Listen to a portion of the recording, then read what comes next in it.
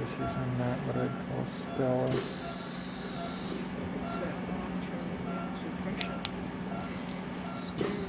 Okay, take down a little more. I mean, buzz what you can.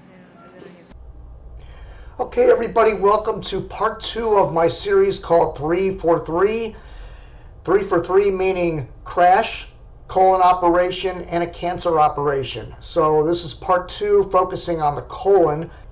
So this is a chronological documentary starting with the crash in part 1, which happened back on September 28th, 2022. Now, the medical situation, which may or may not have had anything to do with that crash, are interjected a little bit in each segment of this documentary. The colon situation started in December. The crash was back in September, so it's hard to tie that directly in, but the reasons for a perforated colon, which is a tear in the colon, it could be diverticulitis, which is the lining of the colon has weaknesses in it. It could be an impact event, such as the accident that I was involved in. It could also be steroid drugs that get into your system that can cause that, and of course IBS, irritable bowel syndrome, and other bowel issues, digestive issues that can cause these kinds of problems. I also had a terrible cough at the time that my colon tore open. I was coughing like machine gun coughing. I mean, cough, cough, cough, cough, cough constantly. So we have to turn the clock back a little bit. And there was a period of time where everything was okay. I was recovering from the accident, and then I got this cough. So October and November were relatively uneventful in respect to this series of 3 events. It started probably around the beginning of December. I'm a contractor and I run a blacktop business. So my brother-in-law, Barbara's brother, works for me. My wife's brother works for me. And he came to work, and he's always had a bout with COPD and bronchial infections and you name it. So he started getting a real bad cough. And we traveled to these job sites together in the vehicles. And we were religious about wearing the mask during the pandemic. I mean, everybody had to have masks, not when we're out working, but we're in the trucks. Lo and behold, whatever he had, I got. And now it's probably the form of a bacterial infection of some sort. Being in close proximity, you can still catch it. So I start coughing like crazy.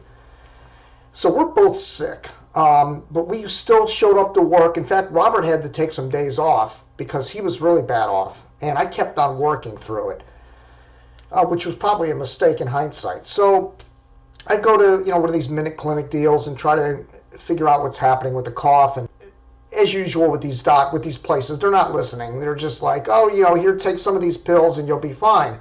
Well, that didn't work. I still kept on coughing and coughing and coughing. So several days later, Robert returns back to work, and we continue the jobs. This is right around Christmas time. I'm still continuing to cough. I'm having this constant coughing problem. I went back to the minute clinic. They gave me some kind of steroid. They gave me some kind of pill, and I wish I had written this down because whatever that pill was, from what I read about it, it's for anthrax, and I don't really understand why they would give me pills for something that's for treating anthrax. But I guess they were just trying to throw the kitchen sink at this. And the other thing I want to mention is there wasn't much of a Christmas because of the death and the problems and the crash and the whole 9 years. Nobody was in a mood for Christmas. So on December 26th, the day after Christmas, I start getting these really bad pains in my stomach. I was coughing all night, like just, as soon as I lay down, I was coughing and coughing. I felt a sharp pain in my groin area down there, and I couldn't sleep. I couldn't lay down. I was pacing around.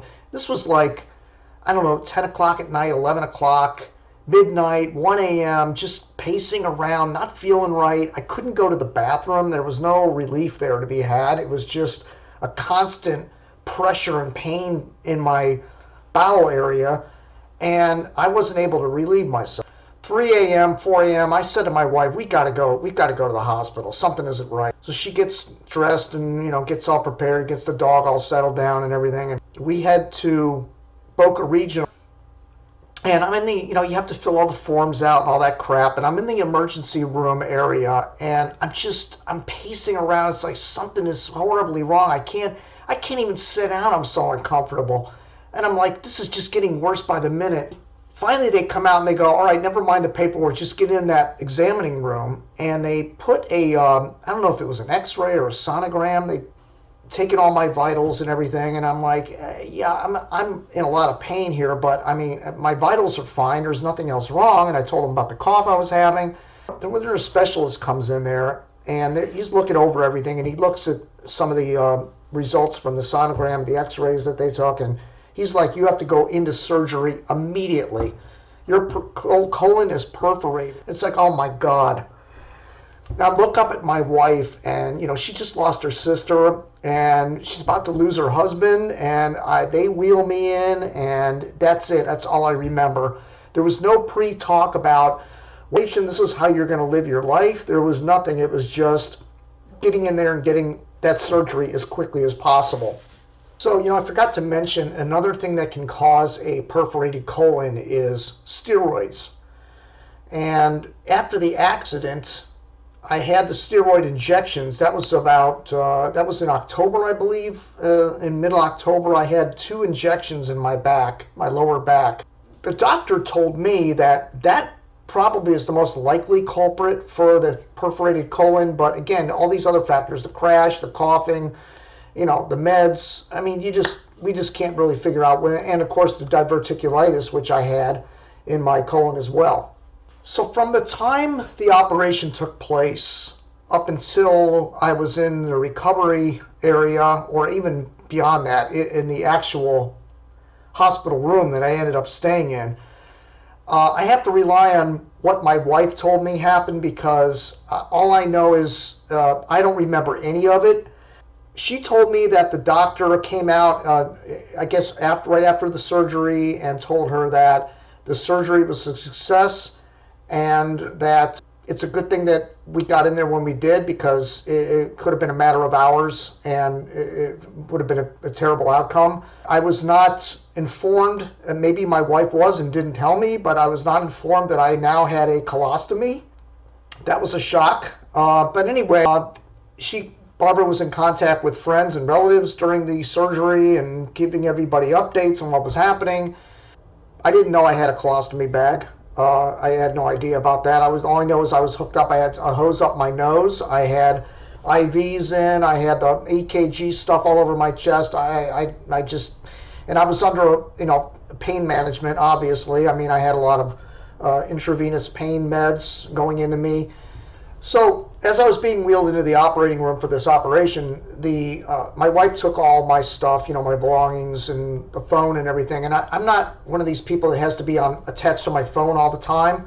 She was calling everybody, informing everybody what was happening. I had a TV there. I had my doctors and nurses coming in and out, having conversations. That's all I was concerned about. I wasn't concerned with updating social media or anything like that. I figured this is something I can release, in small pieces over the next few days, and then I'll give the full story down the road. But the phone was left out of the hospital, so I didn't have my phone in there, and it's a good thing anyway, because it probably would have fell on the floor a million times with all the wires. I couldn't even turn over. I couldn't lay on my side. It was just uncomfortable. I just feel like the phone would have just been destroyed in the hospital setting, so it's a better thing it wasn't there anyways. So in my first private moment alone, in the aftermath of this operation, I'm looking, I'm taking a peek under the sheets, and I'm looking at this contraption down there, and I'm like, you have got to be kidding me. I'm 59 years old. I know I look like I'm 80. I'm 59 years old. The crash, and now this. And of course, part three, even more stuff gets added on. But I mean, at that point, I was just like in the hospital, just racked. So as I'm looking under the sheets, I keep doing this number, and I'm like, what the? I notice there's a catheter. I notice there's some kind of a bag that's got blood in it. I noticed this big gigantic bag. I noticed like there's a long row of stitches that goes from just below my chest all the way down to my groin. But knowing what I know now, a lot of young people have to deal with these colostomy bags too. I've noticed ileostomies, colostomies, a lot of people that are younger than the age of 40 that are having serious digestive issues and are having colon operations and having to go through this redirect thing. And then it's reversible. So in generally 3 to 6 months after surgery, it's a general rule, it gets reversed. In my case, as of the time of making this video, it's been about 3 months. I'm going to be consulting my surgeon next week to see when we can get this reversed. But the reversal surgery, from what I understand, is more dangerous than the actual colostomy operation itself. So that's a whole other challenge that's coming up down the road. Look, the nurses were just absolutely fantastic. From the time I woke up from that operation, tremendous attention to detail. They were very helpful to me. Anytime I rang that bell, they were right there. I had two favorite nurses. I had one named Evelyn, which ironically is my aunt's name, who ended up passing away of cancer back in the 80s. So she was my daytime nurse and the head nurse of the daytime for my particular room. And at nighttime, I had another nurse named, I think it was Michelle. It's been about 3 months since I've been out of the hospital. I can't remember it, but they were my two favorites. Michelle was the nighttime nurse, and they were so good. I mean, anytime I needed anything, they were right there, and they give me the pain meds I needed and whatever needed to be done. If it was, and another thing I had, and I know it kind of drove them crazy, but I had this need for my head to be cold, and I don't know if that's unique to me or a lot of people feel this way, but I always sleep better when if I have, when you flip your pillow, it's cold, and it helps you to sleep a little bit better. So they have this bag that you can fill up with ice water, and you can put it under your head. So the ice would eventually melt, and they'd have to go fill it back up again. So I was always getting them to go fill that bag back up so I could stick it behind my head and get a good, as much sleep as I could, because when you're in the hospital, they're constantly checking your vitals, and you have to take this med and take that med, and they're shooting more stuff into your veins, and it's like, I could hardly get any sleep. And then you got the factor of roommates. Now, the first night I was in the hospital, I was alone, which was beautiful. I had a chance to reflect on what had just happened to me. I turned on the TV. I was able to watch TV and try to get a little bit of shut-eye in between the nurses coming in to do all their stuff. But I was able to get the door shut that leads to the hallway, because I was in the bed next to the door, not the one next to the window. So, which is kind of unfortunate, because even though you're a little closer to the door for emergencies, you hear all the stuff going up and down the hallway a lot more, and every time you have a roommate, you're dealing with all the people that are visiting them passing in front of your bed, so it's kind of annoying. But the first night was beautiful. The door was shut. I could turn all the lights out. I had my TV on, and it felt like I was in a space shuttle, like all these lights all lit up around me, and and I'm watching these shows, these stations like Nature Channel, and I remember watching this documentary about these big pythons that they're chasing in South America, and some of them are like 30 feet long. It's like, whoa, but I was kind of enjoying myself that first few nights in the hospital. It was kind of like a vacation, just away from the stress and daily life that I was dealing with. But that would soon change when I got my first roommate. So sure enough, day 2 in the hospital, here comes a new roommate. And the worst part about it is it happened in the middle of the night. Like, I was finally getting some good sleep, and the door bust open, and here comes this bed rolling in there. It's like, oh, crap.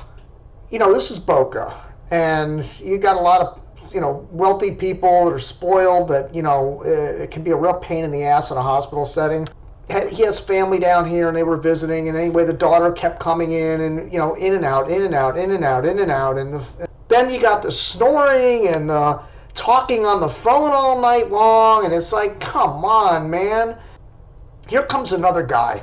He was being given meds for a heart condition, I guess he had, and he wasn't taking his meds. Like, he was hiding them in his mouth, and then when the nurses would leave, he would spit it out. And they kept ordering tests, and they're like, he goes, I don't want to get any tests. I don't need that test. I just want to go home.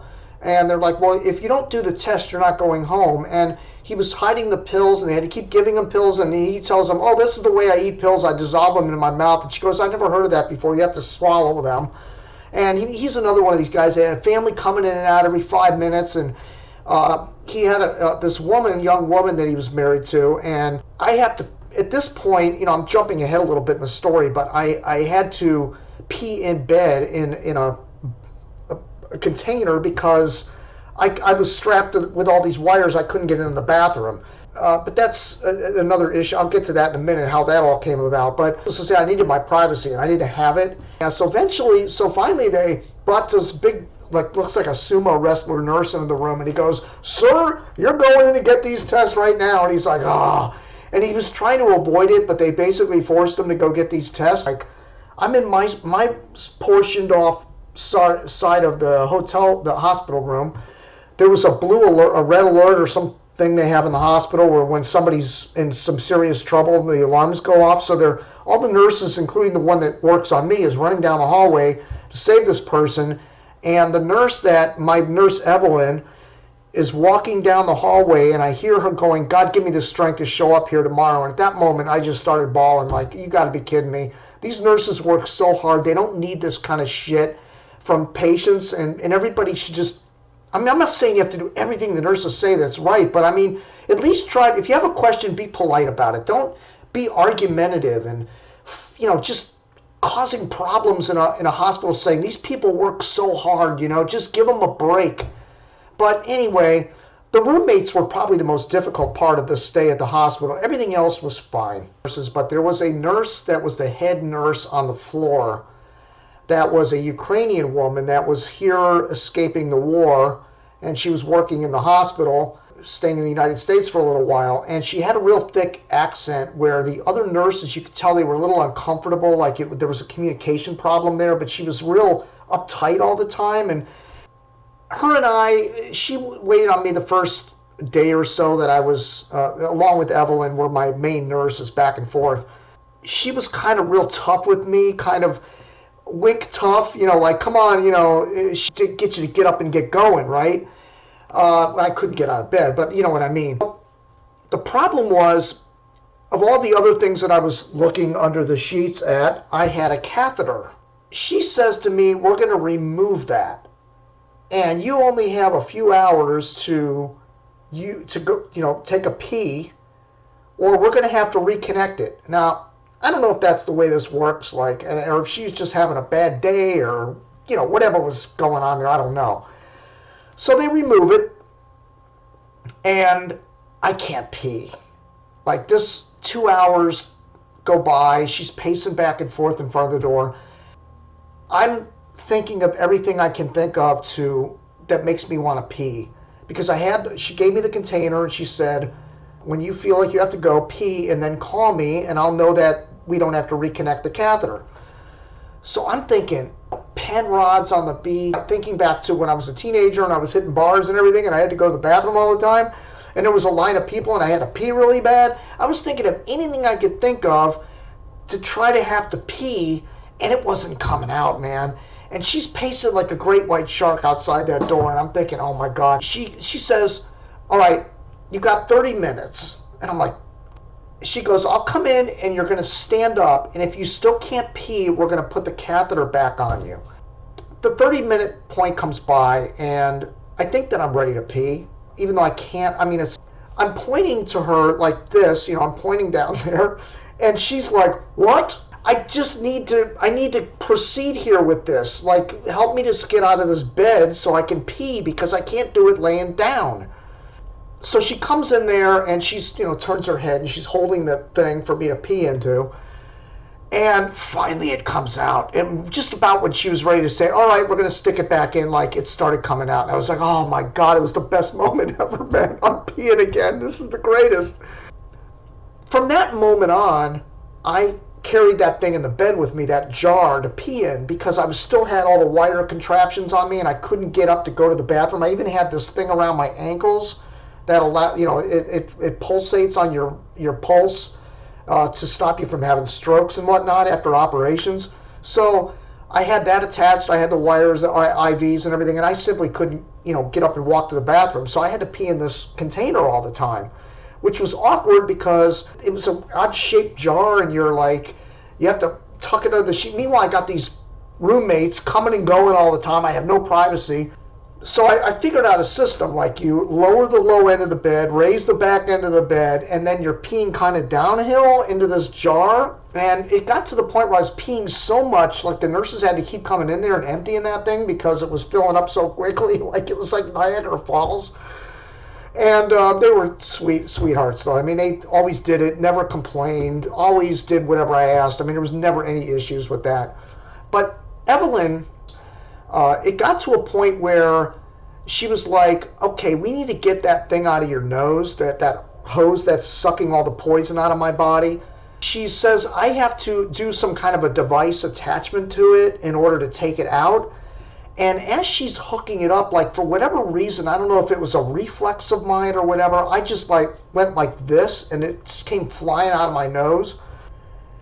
It landed on the bed and she turns around and goes, what happened? And I go, I don't even know. It just like flew out of my nose. And so she goes, oh no. She gets on the phone with the doctor. Do we have to put this thing back in?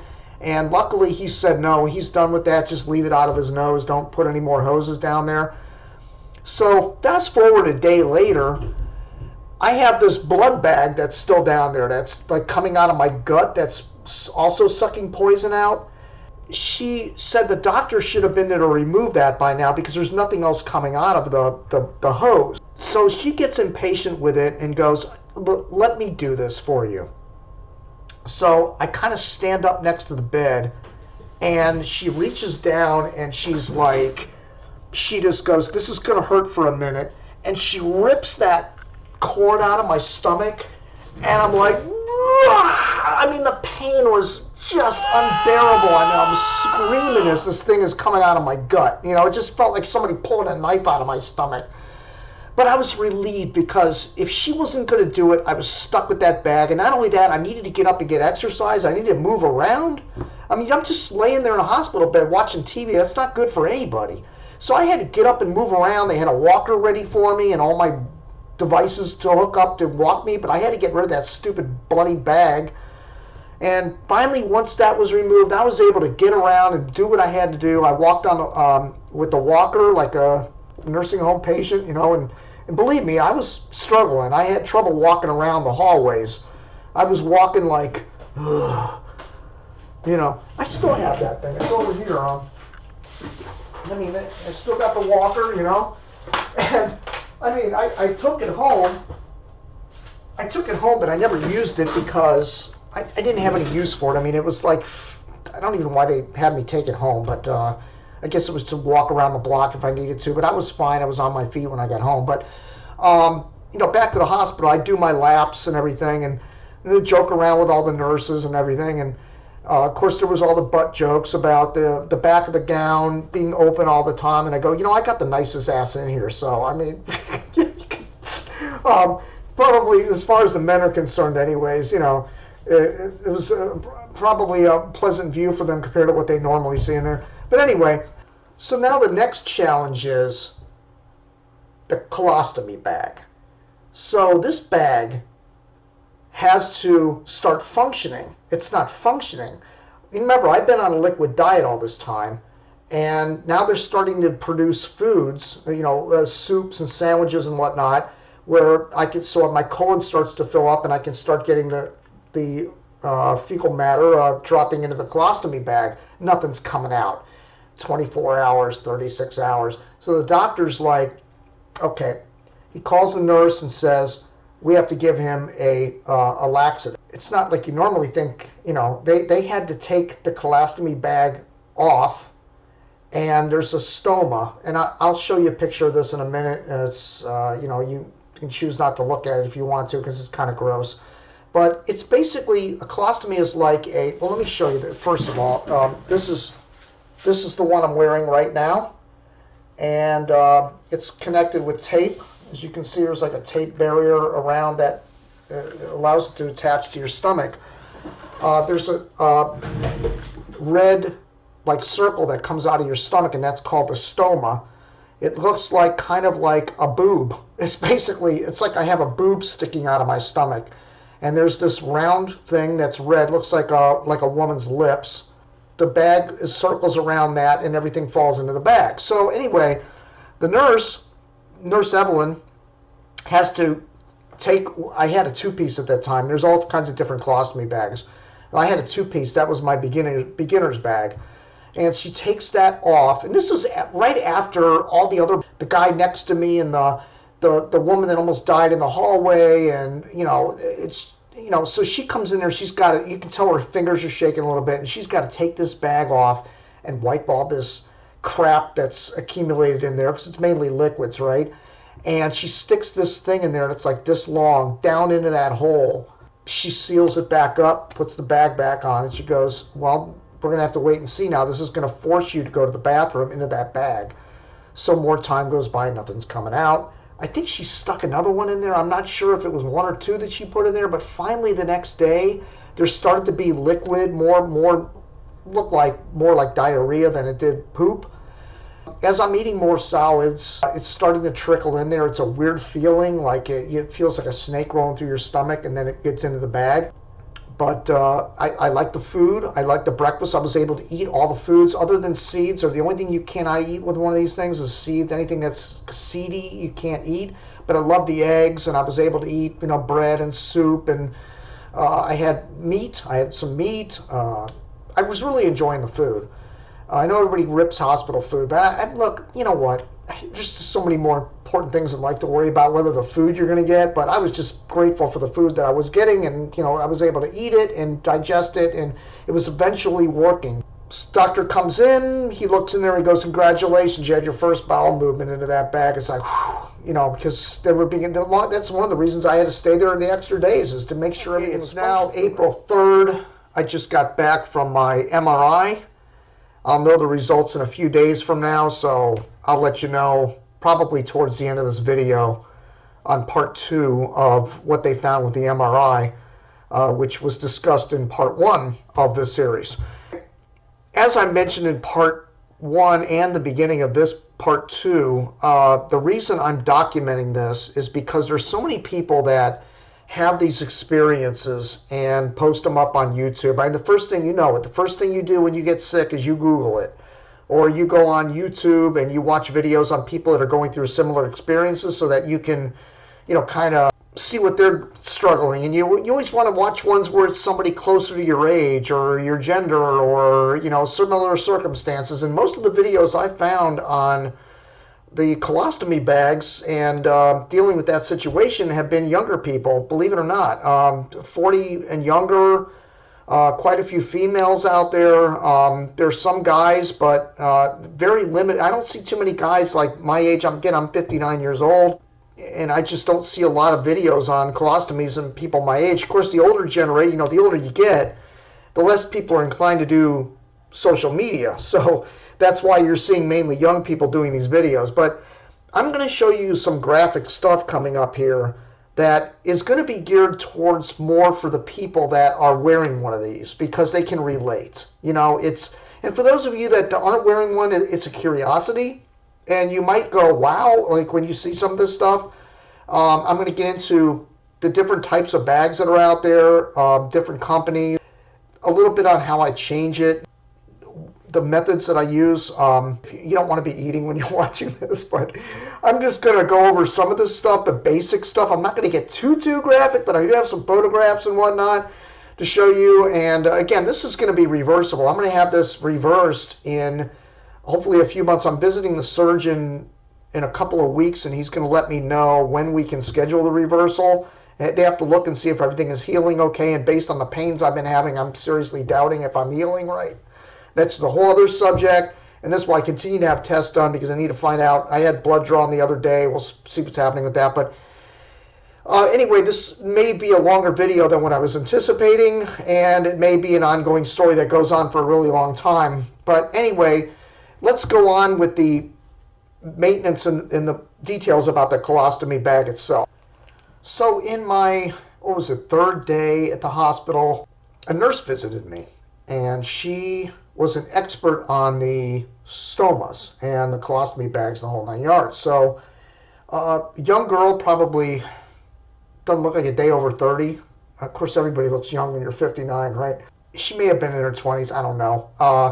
But she came in with this big box full of stuff and all these reading material, and she sits next to the bed, and I'm still laying flat on my back, you know. She's trying to teach me about how to change the bag.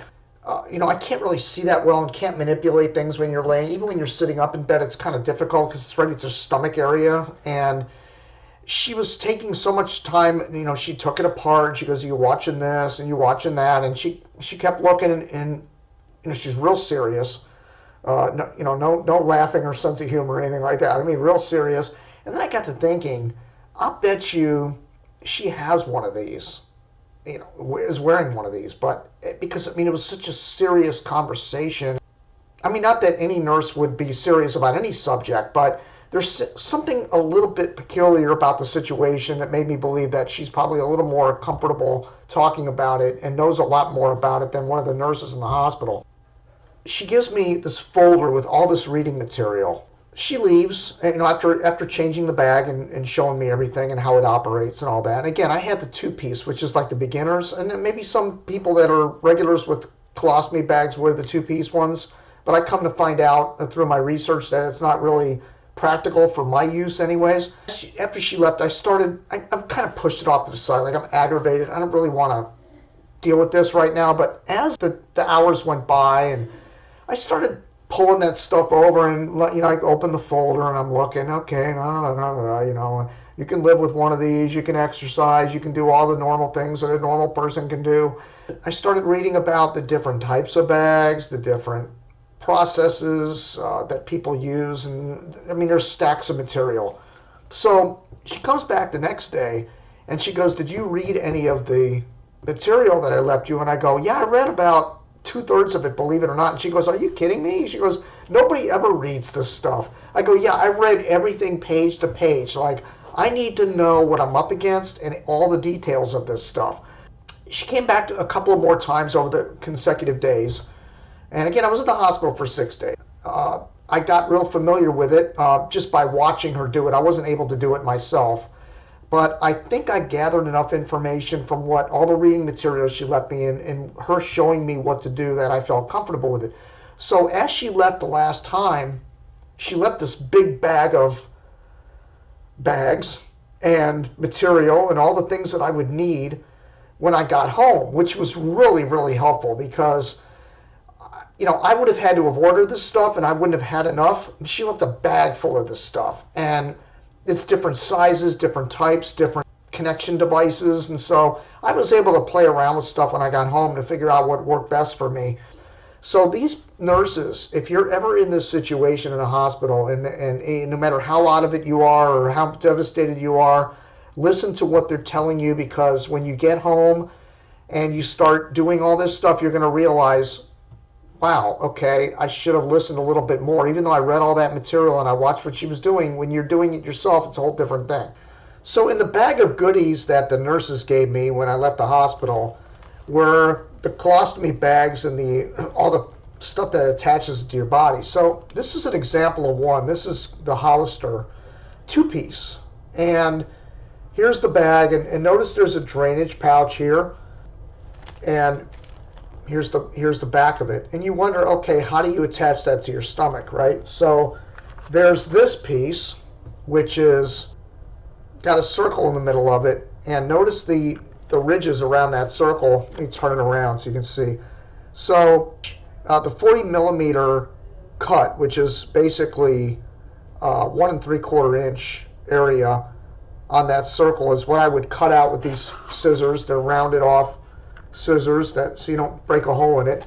And you cut out that circle to fit your stoma size, and then you stick it to your stomach with the adhesive tape that comes off. And then this attaches to that. Now at the very top, right in here, there's usually filters up in here, which allows you to, if you get gassy or something, the bag will start to puff out like a, like a balloon. And by having the filters up in here, it eliminates that and keeps it from inflating. So this doesn't have any filters. So these were the kind of the garbage ones that I had in the bag that I really didn't want to use because they don't really fit my purposes. And again, notice the drainage down at the bottom here. So they have ones that are disposable that don't have any drainage. But the problem with those is, and I'm environmentally friendly, I don't want to use something and you have to replace it. You can sometimes have a bowel movement 2 or 3 times a day. So you'd literally be throwing the whole entire bag with the plastic attached in the garbage can 3 times a day. So I decided it's best to have the drainage ones. So I saved one of the ones that don't have a drain on it, and this is also from Hollister. Notice it's a little bit smaller, and it does have the filters on it. See these filters up in here? So the filters are a must. I mean, anyone that uses these without filters, the only way you can drain when you have gas, the only way you can drain it is using the old one is you peel this tab right here and you pull it off a little bit, and then it releases the gas, and then you snap it back on. It's gross, right? Like, you don't want to be doing that when you're around people or anything. So the ones that have the filters like this are the way to go for sure. But again, no drainage, so you'd be throwing this away 3 times a day. I'm not doing that. This is a measuring device. You put it over your stoma and it tells you what size you need to cut your device to. So mine's this one here. And could you imagine? I mean, look at the size of this, man. That would be like an NFL lineman or something. I don't know who would have a stoma that big, but there'd be some big crap coming out of that thing. But mine's like 40. Mine's this one over here, or is it? No, it's this one. Is my size. And this stuff, this is a cream I have to use on there because when you pull the tape off, it blisters your skin somewhat. So if you have sensitive skin, it's going to blister when you pull the tape off, kind of like a real thick bandage that's been on your arm for a long time, and you go to pull it off, it's going to leave like little pimple marks behind. So this, I put this on, and it eliminates that. And this is lubricant. You pour some, and then you open the bottom of it, and you pour some directly into the bag itself. And what that does is it lubricates the bag so that when you have a bowel movement, the poop goes down to the chute and is ready to come out in the toilet when you're ready to release it. Because what happens is if you don't do that, remember this thing I showed you and how thick it is? The poop can literally get stuck in here, and it's called pancaking. So if you have this lubricant in there and you spread it out evenly throughout the bag, it really helps with the whole drainage situation. And then, of course, in my case, as I mentioned earlier, I'm a contractor. So I'm pretty active. I'm slinging shovels of asphalt and moving around and directing traffic and doing all kinds of stuff. So these bags don't really stick very well. So there's something here called a barrier extender. This is a tape product that you put around the edge of this, in front, like right there. And you can use 1 or 2 or 3, to go all the way around it. So it definitely seals your skin, and there's no gaps, especially on the bottom down here, because that's where any leakage would happen. That's the most important part, down at the bottom. So these barrier extenders are a must if you're an active person, and I bought a bunch of these separately so that I have these on hand. This, I went to the company called Colostomy and looked into the different products they had, and I decided the best one for me is the one piece with the drainage attached. So this is a little bit different. Notice the back, it's got the cutout signature on it. So I can cut out my size, which is like 40, like the furthest out it goes is mine, right? So I would cut all the way out to that last line and then peel this sticker off, and it just sticks right to your skin. You don't need this, and you don't need the barrier extenders, and you don't need this. All you need is this one contraption right here. It's all built in. And they can even customize this to the size of your stoma. But the problem is, from what I understand about stomas, is they change shape as time goes by. So you might have them custom made and then they might not fit anymore. So I ordered the ones that you cut them out yourself. It's not that big of a deal. It takes like a minute to cut out that circle so you fit the size of your stoma. And you put this thing on your stoma and you cut the size out, stick it, and you're done. And you replace this once every 3 or 4 days, and you don't have to sit there throwing 3 away per day, because to me that's not environmentally friendly at all. So this is the way I'm going right now. The drainage, if you have the urge, if it fills up and you're like, if I'm on a job site or something, I can find a bathroom and just drain it. I don't need to throw a bag away and put another one on and go through all that. It's just drain and go. That's it. And so I found that these are the easiest way to go. If there's any problem at all, it's that when you peel this thing off and you stick it to your stomach, it sticks like crazy. I mean, it is like, whoosh, it grabs on there. And so when you go to take it off, it's like, whoa. So I use this medical adhesive remover that you squirt it on the outside of it and let it sit for a minute, and then it just falls right off your stomach. So now it's time to introduce you to my stoma. All right, the first picture you're looking at here is a panned out view of the stoma, and you notice the stitches running from just below my chest all the way down to my groin. So they had to open me up quite a bit to get this resolved. There was a tear in the colon, so they left from the way I understand it anyway, they left the rectum in place and they cut the colon and it comes out through your stomach.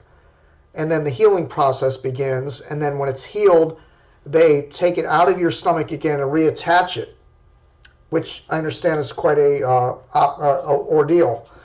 The next picture you're going to see is a close-up of my stomach from a side view. Now, I know it looks like I'm humongous, but I'm not a heavy set person, but there has been some swelling, and like I said, it's kind of like a boob hanging out. So but you notice around the stoma itself, there's these bumps, and like you can see the tape marks and everything. And that's what I was talking about, using this ointment around that so that you don't have that rash breaking out when you pull the tape off of your stomach. And you don't want to put it on your stoma itself. It's just to go around it. And then the next picture you're looking at is the actual close-up of the stoma. And again, it's about 1 3/4 inches wide and perfectly symmetrical. And from what I've understood from the nurses, they tell me that this is almost a perfect stoma. Like some of them are deformed or they're sunken in or they're whatever. This one kind of sticks out, and it's got the perfectly round shape to it. Some are oval shaped and different. So this one's got the right shape to where you don't have to do a lot of cutting to prep the bag. It's perfectly cylindrical. So far so good in that department. So the moral of the story is I change one of these out about once every 3 or 4 days. I can go 5 if I need to, or 6 even, because it sticks so good. And there's deodorizing lubricants you can put in these things too to keep them from any odors from escaping or whatever. But I haven't found it to be a problem. Now, the one thing I have found about these that's kind of funny is you could be out in a public place, and this happened when I was in a waiting room at one of the doctor's offices. These things make some noises, man. I was sitting there and I hear this like, what the, and then there's the helicopter and there's all kinds of noises that this thing makes, and you have no idea when it's going to happen. You have no control over when you're going to have a bowel movement. All you know is, usually I've got mine kind of almost programmed in a way, like in the morning, which was my normal routine before I had the colostomy bag, that's when I relieve myself in the mornings, right? So The bag almost knows this. It empties in the morning. I empty it in the toilet, and then I go to work. And I don't have any problems the rest of the day. There might be a little leakage in there, but just a small amount where it's not bothersome. And you ask, okay, what about when you take a shower? What about when you're changing the bag? Doesn't it just come flying out of there? No, because my body, at least my situation, when I'm out working, it's quiet. Like the bag doesn't do anything. It's just when I have moments where I'm sitting still for a while that it decides to start erupting. So as long as I'm working and I'm busy and I'm doing my thing, it's no problem. It's usually the early mornings or late at night where it wants to fill up. So I've been able to manage that pretty well. It's just the noises, and again, you can't control when you have these bowel movements, but when I do take it off to replace a bag, that's when I get in the shower and completely clean everything down there. You can shower without the bag. Nothing comes out of it. And then when you get out of the shower, you make sure it's real dry down there, and then you reattach a new bag. And that's my modus right now on this whole process. So as far as the perception of people that know me and know what I'm going through with this, family's been very supportive through this whole ordeal. My dad sent flowers. He's approaching 90 years old. He's healthier than I am. I mean, it's crazy. It's like not that he's perfect health, but he's never had to deal with anything like this. And they sent flowers, and my wife came and visited me like 4 or 5 times in the hospital, and she was there for the operation.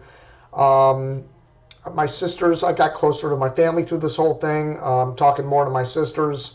It's been almost silent throughout the entire pandemic, and I haven't even seen anybody. Finally, I got to see my sister Debbie, who's a couple of years older than me. She finally came down with her husband, and I got to see them just recently. It's kind of reconnected me with some people. But as far as my workers and guys on the job sites, we joke around about it, like they know about it. And Robert's like, "Oh, take that shit bag, and you can do it. I'm going to throw it at you if you don't stop working." And we joke all the time about all this stuff.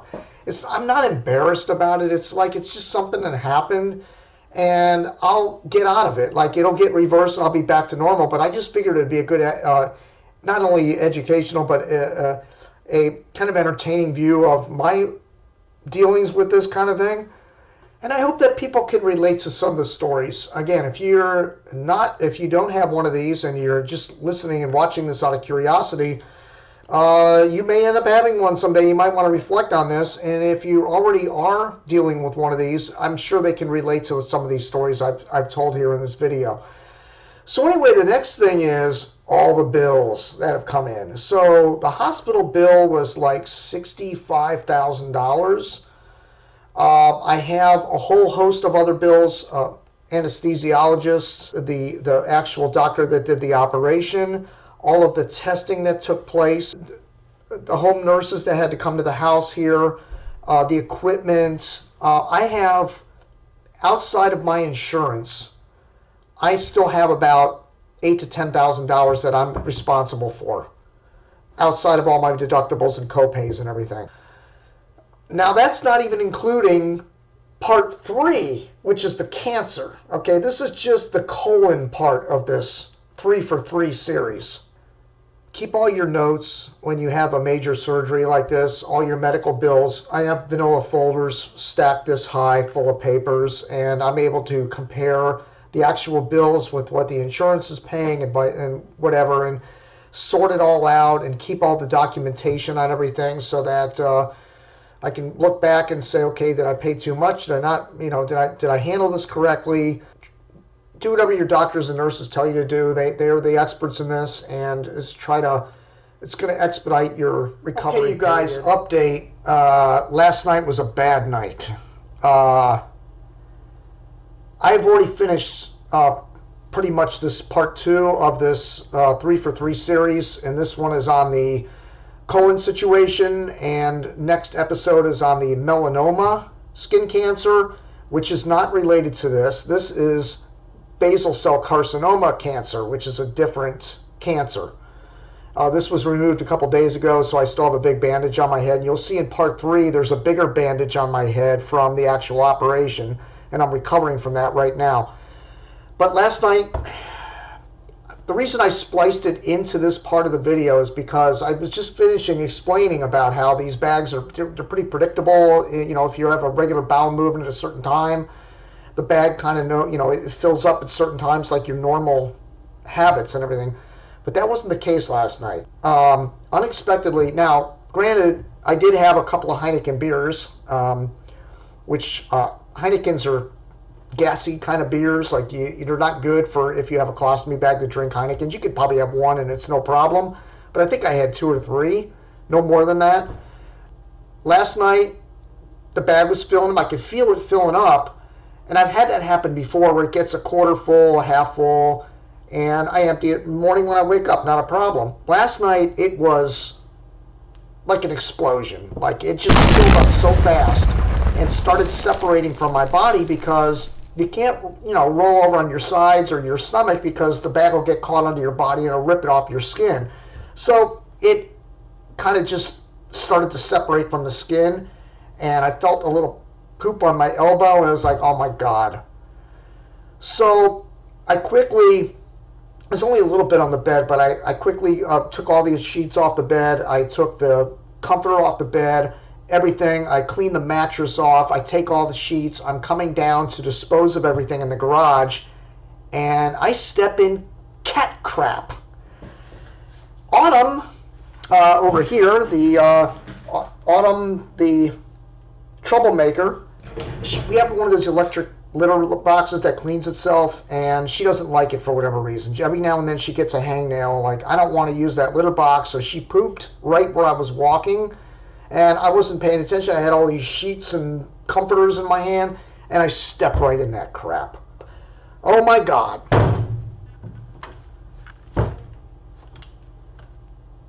I changed the sheets, put everything back, get to sleep. I put a new bag on. But the sad part about this is, I don't want to tell my wife about this because she doesn't have the same sense of humor. Like, I could tell my guys at work, like, what happened, and they'd laugh their ass off. They think it's hilarious, right? I'll tell my wife about it, and she'll cry. I mean, she just feels so sorry for what's happening with my situation, and she would cry and get upset about it, and, so I'm just not going to, she may or may not see this video. She probably won't see it because it's gross, and she doesn't like to be grossed out. So she's not going to watch this, but it would break her heart for me to tell her it, so I'm just not going to update. It's a couple of days later. I mentioned earlier in this video that I was going to go visit the surgeon and find out what was happening with the reversal of the stoma, right? So I visited him yesterday, and he tells me not only is this going to be in July, and I was thinking, May, June, this would get reversed. Now it's kicked back to July 18th. And I have a herniated situation in my stoma, because remember I mentioned earlier in the video, it kind of sticks out like a boob, right? So that's a hernia. And I said, and he's looking at me with this blank look on his face, and I'm like, well, what am I supposed to do about this? And he goes, well, we'll fix it when we do the operation. It's like, well, I got to live with this for 3 months. I mean, this is crazy. The only thing he could recommend was go visit the stoma expert, the people that deal with the colostomy bags, and they'll come up with a solution for you. So that's another appointment I have to make. In the meantime, I mentioned earlier in this video as well that I had an MRI and a blood test done. So the MRI came back, and they have what they found was, I'm going to read it here just to make sure that I don't mess it up. It's called partial opacification, left mastoid air cells are noted. So I Googled this, right? And come to find out that it's some kind of a beginning form of an infection on the left side over here of my inner ear situation, and that could lead to a mastoid infection, which is, if you Google that and you start going deeper into it, it's kind of related to the carcinoma skin cancer situation. So it's not surprising that whatever's happening in my head is related to the skin cancer, which is in part 3. And also the blood results came back, and I have higher than normal. I have elevated levels of cholesterol which I've never had these problems before. I don't know where all this is coming from. I'm healthy, I'm active, I'm out working every day. I don't overeat, I don't overdrink, I don't smoke. I don't understand where all this is coming from. Like, my blood has never had any issues. And then I did read that they changed the classification for cholesterol levels a few years back, and so now more people are included in the above average cholesterol levels, and it makes me wonder how much the pharmaceutical companies have to do with this, making everybody get on pills for some problem that maybe isn't that big of a problem. I don't know. But I'll monitor that and I'll let you know, and maybe in part 3 where all that leads to. But it's just not a good day yesterday with reports and doctors and But anyway, so that's it. I'm going to end this video before it gets any worse. And I want to thank you for watching. Like it, share it, pass it around. Hey, look, I'm not the only one going through all these troubles. Look at this guy. So stay tuned for part 3, which is about the skin cancer. And this has been part 2 on the colon. And if you missed part 1, go to my YouTube channel again, Jim Hurricane City, for all the information about the crash, which in my opinion really kicked off everything that has happened here. So thank you for watching, and I'll see you in part 3.